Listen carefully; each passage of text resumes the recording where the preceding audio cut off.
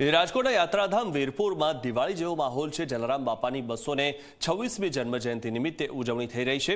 લોકોએ ઘરે ઘરે રંગોળીઓ કરીને તોરણ બાંધ્યા છે। જુદા જુદા ચોકમાં જલારામ બાપાના ફ્લોટ તૈયાર કરાયા છે। દેશ વિદેશથી બાપાના લાખો ભક્તો દર્શનાર્થે ઉમટ્યા છે। જન્મજયંતિ ઉજવવા ભક્તોમાં અનેરો ઉત્સાહ જોવા મળી રહ્યો છે। 226મી જન્મજયંતિ નિમિત્તે વીરપુર ધામે અમે બધા ભક્તો પધાર્યા છે। તો કહેવાય છે કે બાબાનું એક સૂત્ર છે કે દેને કો ટુકડા ભલા અને લેને કો હરિનામ। તેવી જ રીતે રામ નામ મેલીન હે દેખત સબ મેં રામ, તાકે પદ વંદન કરો મારા જય જય જય જય જલારામ। બાપા પર મને બહુ જ એટલે અઢળક એનું કોઈ માપ જ નથી। મને બહુ શ્રદ્ધા છે।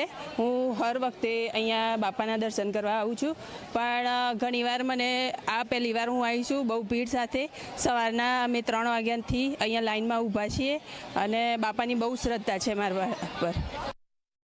અમને જલા બાપા ઉપર ખૂબ જ શ્રદ્ધા છે। અમારા બધી મનોકામના પૂર્ણ કરે છે। અમારું ગમે એ કામ હોય જલા બાપા પાર પાડે છે। એના સિવાય અમારો બીજો કોઈ ઉદ્ધાર કરી શકે નહીં એવું અમને મનમાં લાગે છે। દેને કો ટુકડા ભલા લેને કો હરિનામ, આ સૂત્રને જીવન મંત્ર બનાવનાર પૂજ્ય સંત શ્રી રોમણી જલારામ બાપાની આજે 226મી જન્મજયંતિ છે ને આ જન્મજયંતિ યાત્રાધામ વીરપુરની અંદર ઉત્સાહપૂર્વક ઉજવવામાં છે તે ક્યાંક આવી રહી છે।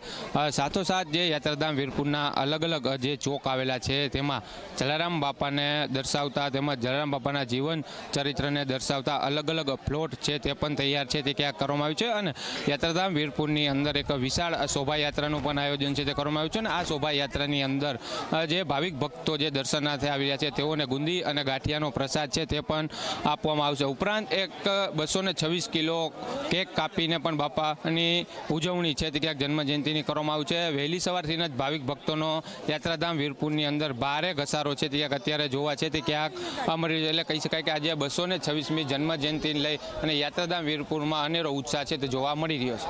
નરેશ ભાલિયા, ઝી મીડિયા, વીરપુર।